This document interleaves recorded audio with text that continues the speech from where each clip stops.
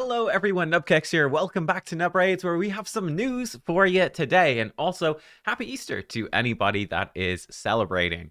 I had a nice Easter egg, nice chocolate for breakfast this morning. Very healthy. Uh, I haven't, haven't grown out of that yet. Like when I was a kid, parents wouldn't obviously let us do that. And then from being a teenager onwards, in my 30s now, I'm still doing it. I feel like by my 40s, I'll be too wise, but not there yet. I don't know. You guys, we've got a whole range of age groups here on the channel. Let me know. Did you grow out of it? Maybe you'd be like, nope, we stopped doing that when we were 20. We were smart. What's wrong with you? We'll see. But yeah, we've got some news here today. The first thing is something that's already live in game, which is the 100% gear removal cost. So it looks like this is basically syncing up with. Actually, no, I was gonna say it's the last week of Cursed City, but it's not. That's kind of weird. It's just sort of there. I don't know. I thought that this was supposed to be the last 2 weeks. It would kick in basically halfway through Curse City. It's actually a good bit past that. So I don't know. Anytime I think around the 2 week mark, but with a good bit of variance, it looks like to the side, is when this gear change event could start. That's a little bit annoying to me. And I'd like for this to be more of a set date. Like I would like for it to be honestly just 2 weeks left. It starts every time. I was really enjoying it being that it started, when the Curse City actually started because you knew it was coming, you could plan for it. I prefer it being more of a set thing. I don't like it being kind of guesswork as to when this starts. Yes, it's up for 4 days, so you got quite a bit of flexibility.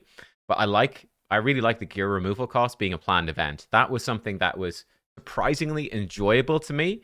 Again, let me know what you think. But I personally really, really like this being an event that I knew exactly when it was coming. Yeah, even if they let us know on the calendar or something like a couple of weeks in advance, maybe yeah, let us know in advance. We can plan around it. I'll probably do a video on this maybe tomorrow. I might record it later today and publish it tomorrow. We'll do some of that. We've got a lot of big re-gearing to go. Yeah, lots of big stuff to do this time around. I actually did a collab with Eherbad, by the way. Check it out on his channel to see. Now, other big news we have. Here it is. So, on Monday, it's April 1st. Not a joke. Oh, also, I forgot to turn on my light. There we go. On April 1st, we're planning to launch a Progressive Chance event for 24 hours. Gaius the Gleeful, Kazra the Rye, Nari the Lucky, and Timid the Fool. That's kind of a fun-themed one, right? April Fools. Gleeful, Rye, Lucky, and the Fool. Right, that's a good bit of crack. Would you pull for that? I mean, who is going to go for this, though? So I think the only person in the world that's going to do this is probably Biohack. Biohack is a massive fan of Kazra the Rye, and I think it's a lesson as well for everyone. In case you guys don't know, Biohack, he's another YouTuber. In fact, hang on, let's get his channel up while I'm talking about this.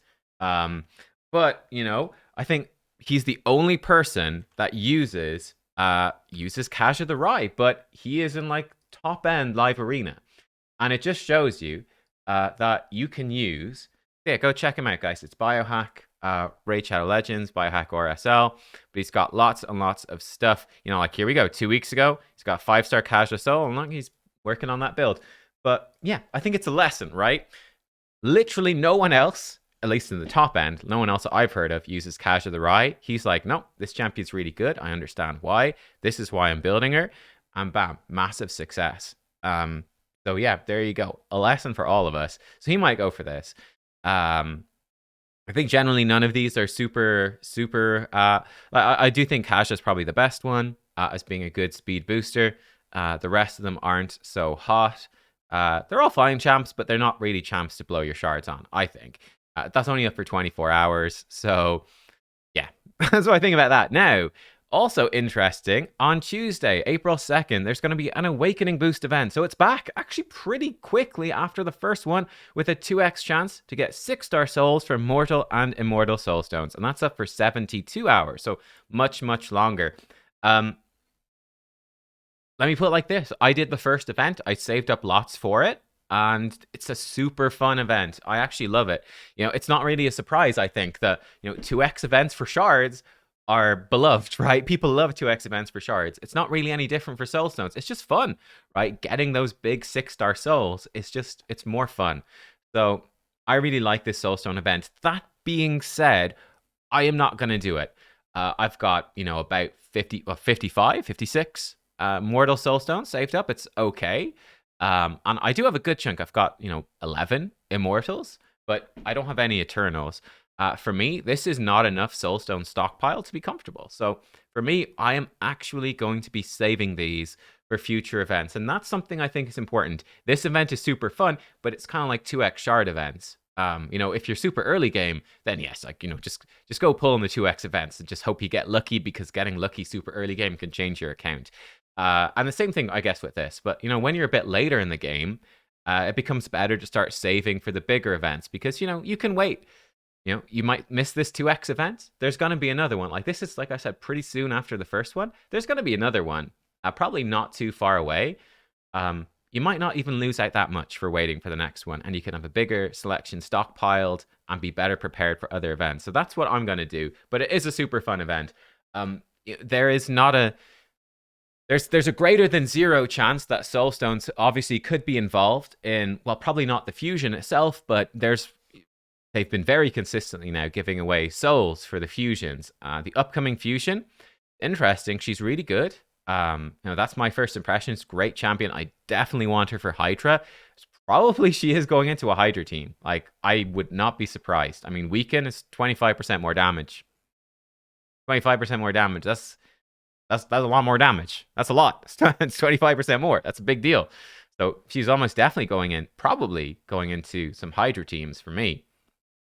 I'm not sure how essential it is to get her soul. So yeah, I'm still on the fence of whether or not I will go for the fusion soul. I generally have been going for them, and I've not really regretted any. I mean, I haven't used an Ogre Blade Master. I'm not sure I will, because I've got now, Grand Oak Podrick, who sort of brings the increased speed for Fire Knight Hard. So I don't know if I need an Ogre Blade Master, but I don't mind having gone for her soul. I'm sure she'll come in useful somewhere. And like, it's a big soul. So I'm not sure about the upcoming fusion.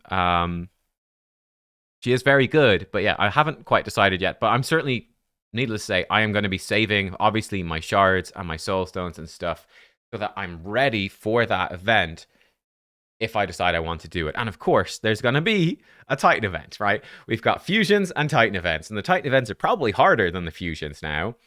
So there's going to be one. There always is after these days, after the fusion. So yeah, I'd rather sort of be prepared for that. So yeah, that's sort of my vibe on these events. Is this one is good, this one is not great at all. I definitely skip this one, and this one is more up to you. Depends on how much you have and what you want to do. But for me, I'm in sort of save mode, because look, I think that the fusions for 2024 so far have been absolutely incredible. Like, it seems to me that Plarium sat down and said, okay, you know what, 2024, maybe in some of the previous years, people have been a bit hit or miss on the fusions. It seems like they're going, let's make every fusion a banger, right? Every fusion is really good. And let's do soul events for them as well. And then we'll have these Titan events in between. And you gotta, unless you're, a whale or really end game, you gotta either prepare very, very carefully to do them, or, you've got to be a spender or whatever. So, but the rewards are big. So I'm in the hopefully prepare carefully category and do it that way. That's what my goal is. So yeah, that's what I'm gonna be doing. I think it's important. Any event that's not a banger is skip, because there is undoubtedly going to be a really good event around the corner. So that's where we're at. That's what I'm thinking. Yeah, let me know what you think, but that's what's happening. And I will see you guys all soon. Thank you for watching. Have a great Easter weekend. Like, we've got a bank holiday tomorrow, of course, because I'm a content creator. I don't get a day off. I'm here on Easter Sunday recording. Like, we don't get days off with this job, or well, you can, but it's unpaid, right? And the YouTube algorithm punishes you. It's a whole thing. It's a whole thing. So listen, enjoy your time off if you've got some. This is a great job. That's the one negative. Time off is really awkward for this, but there's a lot of positives. And thank you for the support for letting me do it.